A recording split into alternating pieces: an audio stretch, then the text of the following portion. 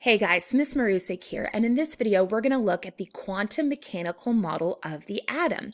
Now, if you think back to our discussions about atomic history, remember we started at Dalton with our atom looking like a sphere, and as we continued on through history, through Thomson and Rutherford and Bohr, we kept on adding pieces to our atom, getting a little more descriptive on what that atom actually looked like instead of just a basic sphere.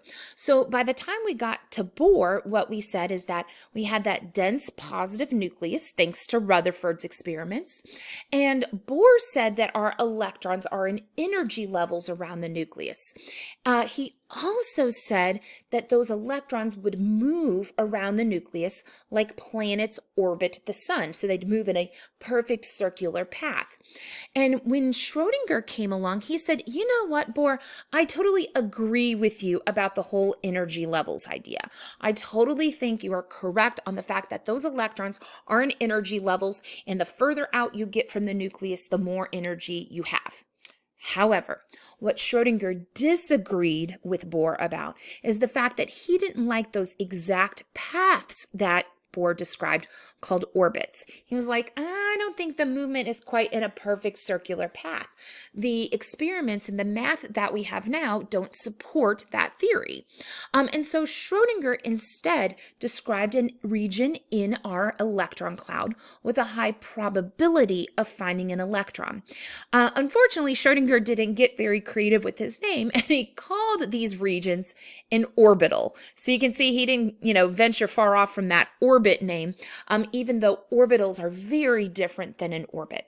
So let me kind of give you an analogy here for an orbital. If you were describing the location that I'm at in our school, if school was going on, and you were sitting in math class or English class or Spanish class, something other than chemistry, you would probably guess that I would be located in my classroom. And 95% of the time, you would be right. Obviously, there's a chance that maybe I went to lunch or maybe I went to the front office, but there's a really good chance that I'm in my classroom. And so my classroom is my orbital within the school. However, if you were sitting in math class or English class or Spanish class, there is no way to know the exact path that I'm moving in my classroom or the exact pinpoint location within my classroom that I was currently at.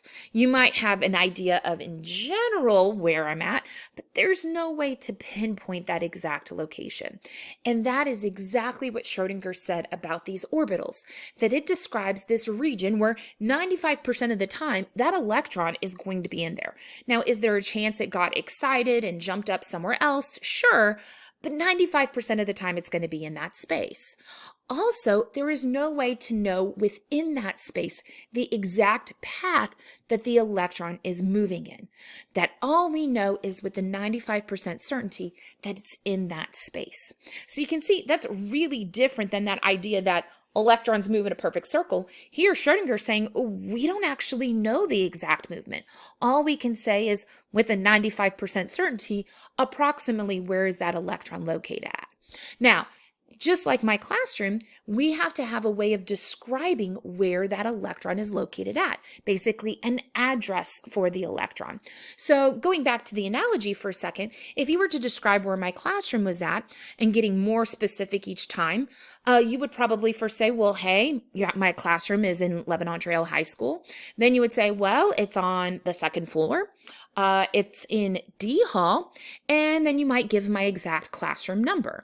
And you can see each of those times I got more and more specific with where I was located at. We can do the same thing for an electron. We can describe its address of its orbital, and each time we get more and more specific with pinpointing where exactly that location is at. So what we're going to do in this video is we're going to look at those pieces to the address, the pieces of the quantum numbers. So to start us off here, the first quantum number is actually something we are familiar with, and that is our energy level. And some books will refer to this as the principal quantum number because it's usually the first one we use to describe it. However, more often than not, we see the symbol being used for energy level, and that would be this symbol here of N. As a reminder, energy level indicates information about the distance from the nucleus. So the higher the value of N, the further away from the nucleus you would be. And in general, typically the greater the energy amount of those electrons. There are some exceptions to that. We'll talk about some of the quirkiness as we go through, but typically if you're on a higher energy level, then that electron will have a higher energy amount. Also, you may recall back from middle school that each energy level is only capable of holding a certain number of electrons. The number of electrons that an energy level is capable of holding is equal to 2 times n squared, the n being that energy level. So you see here, you could actually calculate how much electrons each of those energy levels could hold. And these are numbers in a pattern that you might be familiar with. The first energy level, which is energy level number 1, if you plug 1 into that formula for n, you can see that that would give you 2 electrons. So our first energy level is only capable of holding 2 electrons. The second energy level, when I plug 2 in for n, that would be 8 electrons. So the second energy level holds 8 electrons. The third energy level, when I plug that into my formula, that could hold then 18 electrons. So we go 2, 8, 18, and then our last one for energy level number 4 that's on this table is 32. Obviously, you can go beyond that if you get a bigger energy level, but I'll be honest, the fourth energy level is usually about as big as we get when we're talking about the total electron count. Beyond that, you would have to have some really big atoms to completely be filling the energy levels. Okay. Our next variable that we talk about with quantum numbers is our sublevel. This indicates some information about the shape of the region. So kind of like my classroom is a rectangle, electrons can hang out in a particular space. So you see here that sublevels are labeled by the letters S, P, D, and F, and you're going to get really familiar with those letters coming up. The S shape goes along with a sphere. The P shape goes along with an hourglass shape. The D shape goes along with a clover. And then when we get to the Fs, they have some really weird shapes. So we're going to see some pictures of this here in just a minute on the next page. But there is some energy amount contributed by what shape you're in. It says that the funkier shapes, things like the clovers and the F shapes, have a slightly higher energy to them. And that can actually affect the order at which things fill in. So we're going to talk a lot more about that energy amount quirkiness that happens with these. However, if you recall, we just said a minute ago that as we increase our number of energy levels, that we can hold more and more electrons. So not every energy level will hold all of these shapes. You notice the first energy level, which holds the fewest electrons, only has the S sublevel. But then the second energy level that has more electrons it can hold up to 8. You notice here that will have both S and P sublevels. Third energy level has S, P, and D. And then by the time I get to the fourth energy level, I have S, P, D, and F. So every time I'm adding an energy level, I can hold more and more electrons, and I'm going to have more and more of those sublevels present. To get an idea of what these shapes actually look like, let's go ahead and flip to the next page. And you can see at the top of this, you'll get an idea of what these shapes look like. So again, the S cloud is just our sphere. Now to give you an idea of kind of how this works, okay, it's not that there is that specific in the electron cloud. But if I could imagine an electron that was moving around and I followed its path over time, what I would see is that path kind of constrains itself into that shape. And so that's where these shapes are getting created. Those paths are kind of staying within that specific region. Same thing goes if I had an electron in a P cloud. I would notice that it would kind of flip back and forth here on either side. But over time, what I would start to see is that I'm going to get that hourglass shape out of the deal. Now, D's, I mentioned that we usually say that they're clovered shape, and you can see a lot of them are. This one here in the middle, though, is really weird. It's like a donut with some donut holes, and you're like, what in the world is happening there? I know, right? The shapes are getting weirder. By the time I get to F, here's where our shapes get really weird, and I don't even have a word to kind of describe what those look like. I just say they get really, really weird. Usually, the only two that you are asked about the shape of are the S clouds and the P clouds, because those are the ones that have kind of a general descriptive word that we could use for those. All right, so obviously here for these P clouds, there were 3 different possibilities here. And for the D clouds, there were 1, 2, 3, 4, 5 possibilities. And so we may need to describe which of these P clouds we're in specifically, or which of these D clouds we're in specifically. And so that's where our next quantum number comes into play. And you see here, we're going to be talking about the orbital. Now, this does get kind of a weird symbol. You notice the symbol is M. I think they just ran out of symbols at some point. But really, most of the time, you would see it referenced as the orbital. I think the M comes from the fact that sometimes this quantum number is referred to as the magnetic quantum number in certain textbooks. And so that might be part of the reason for that particular symbol there. So, as a reminder, each sublevel contains orbitals, which are regions of high probability for finding electrons. This particular quantum number indicates the orientation. So it indicates which of those 3 P clouds are we in? Are we in the first one, the second one, or the third one? Or which of those 5 D clouds do we happen to be in? Now, each of those clouds that we saw up above can only hold 2 electrons. And that's going to be really important here in just a little bit, which if you kind of think about your numbers, that should make sense. Remember, we talked about a few minutes ago that your first energy level can only hold the S cloud. Well, if that holds 2 electrons, there would be your 2 electrons in the first energy level. Second energy level holds S and P. Well, if each of these holds 2 electrons, think about what number that would give us. There'd be 2 in this cloud, 2 here, 2 there, and 2 there. That would be a grand total of 8. And remember, that's how many electrons the second energy level can hold. It can hold 8 electrons. So even though these numbers seem really random right now, I promise there's a pattern to them that's going to make a little more sense here in just a bit. Now, it says on here that each sublevel has a set number of orbitals, and we saw those counts up above. The fact that for the S sublevel, there was only 1 orbital. For the P, there were 3. For the D, there were 5. And for F, there was 7.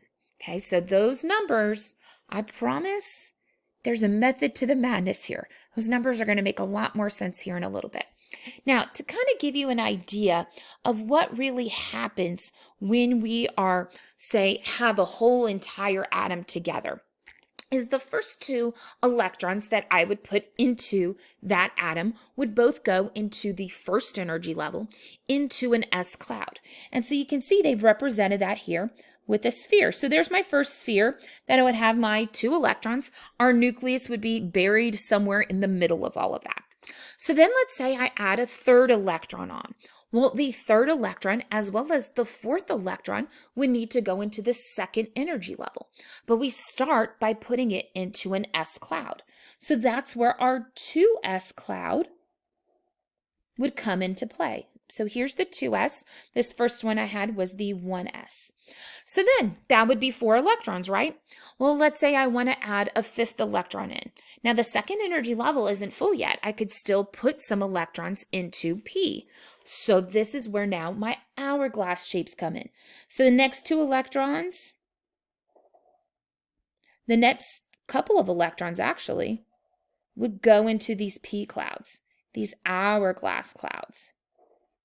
So here's our 2p orbitals, okay? So then, let's say I get beyond, right now we filled up the first energy level with 2 electrons, the second energy level with 8 electrons. So that would bump us up to 10 total electrons right now.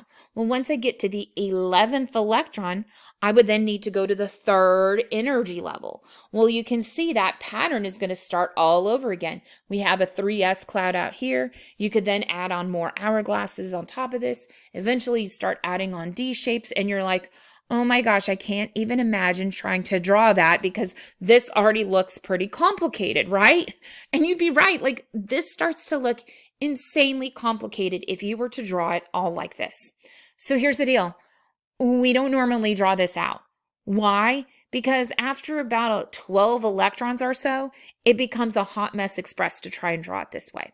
So in order to make it a little more clean to show, we've developed another system to indicate our orbitals. So with that said, go ahead and flip to the next page with me. And so what we want to do is kind of show more how we would draw this if we were, say, being asked to write the address of these electrons. Now, I'm going to come over here and put these electrons per energy level back from the pattern that we saw on the first page of this. Remember, we had in the first energy level, we can hold 2. The second energy level, we can hold 8.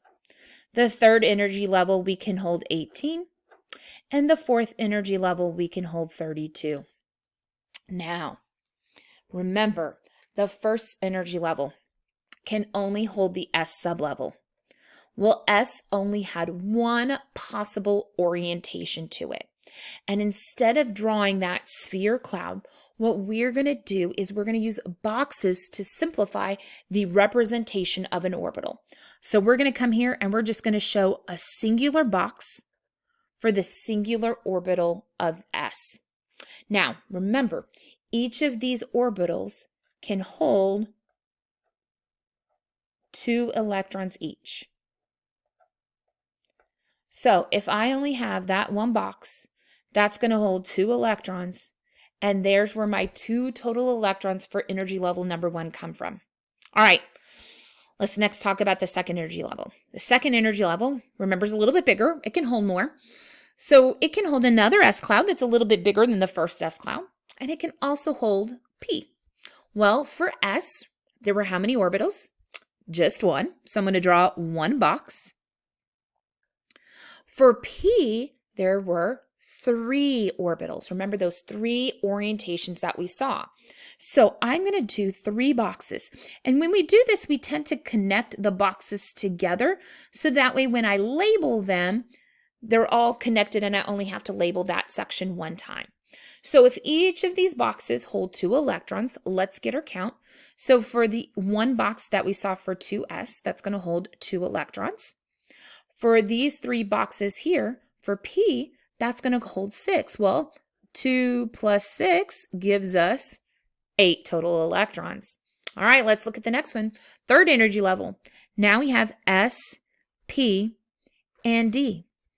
S holds 1 orbital. The P sublevel holds 3 orbitals. All right, now for D, do you remember how many shapes there were for D? How many orientations? That's right, there were 5. 1, 2, 3, 4, 5. All right, so now let's get our count. 1 box, that holds 2 electrons. 3 boxes, 3 orbitals, that holds 6 electrons. 5 boxes times 2, that would hold 10. 2 plus 6 plus 10 gives us our 18. Do we see how those patterns are starting to come together? All right, let's talk about the fourth energy level. Obviously, this is much bigger than our other energy levels we've had so far. We're going to have S, we're going to have P, we're going to have D, and we're going to be able to have F. S, there was only 1 orbital. P, there were 3 orbitals. D, there were 5 orbitals. Whoops, I made that a little long, didn't I? That's okay. For F, do you remember how many there were? Oh, there were 7. Or a lot there, right? 1, 2, 3, 4, 5, 6, 7. Okay, let's get our counts together. S, 2. P holds 6. D holds 10. F would hold how many? 14. 7 times 2. 2 plus 6 plus 10 plus 14 totals, guess what? 32. All those numbers correlate together. Now, I know right now it seems like, okay, great. I have these arbitrary numbers of 2, 6, 10, and 14. Like, how am I ever going to remember those numbers? What if I told you that all those numbers tied to the periodic table? Would you believe me? Let's look at a periodic table for a second, okay? If you've ever noticed, your periodic table is kind of broken up into sections, right? Okay, well, the s orbitals fill up in this section right here. And look how many elements that is across. That's 2 elements across, just like those 2 electrons there, right? Okay, so then let's talk about where P fills up. P fills up over here in this section. Look how many elements it is across. 1, 2, 3, 4, 5, 6. Huh, where have we seen that 6 number before? I don't know, maybe say, right there. What? D fills up in our transition metal section. 1, 2, 3, 4, 5, 6, 7, 8, 9, 10. What?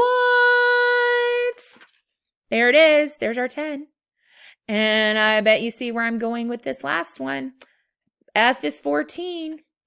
They fill up in the lanthanide and actinide series. And you're like, wonder how many that is across. Spoiler alert, it's 14 across. All these numbers tie together. Isn't that insane? Like, all of these numbers are on the periodic table.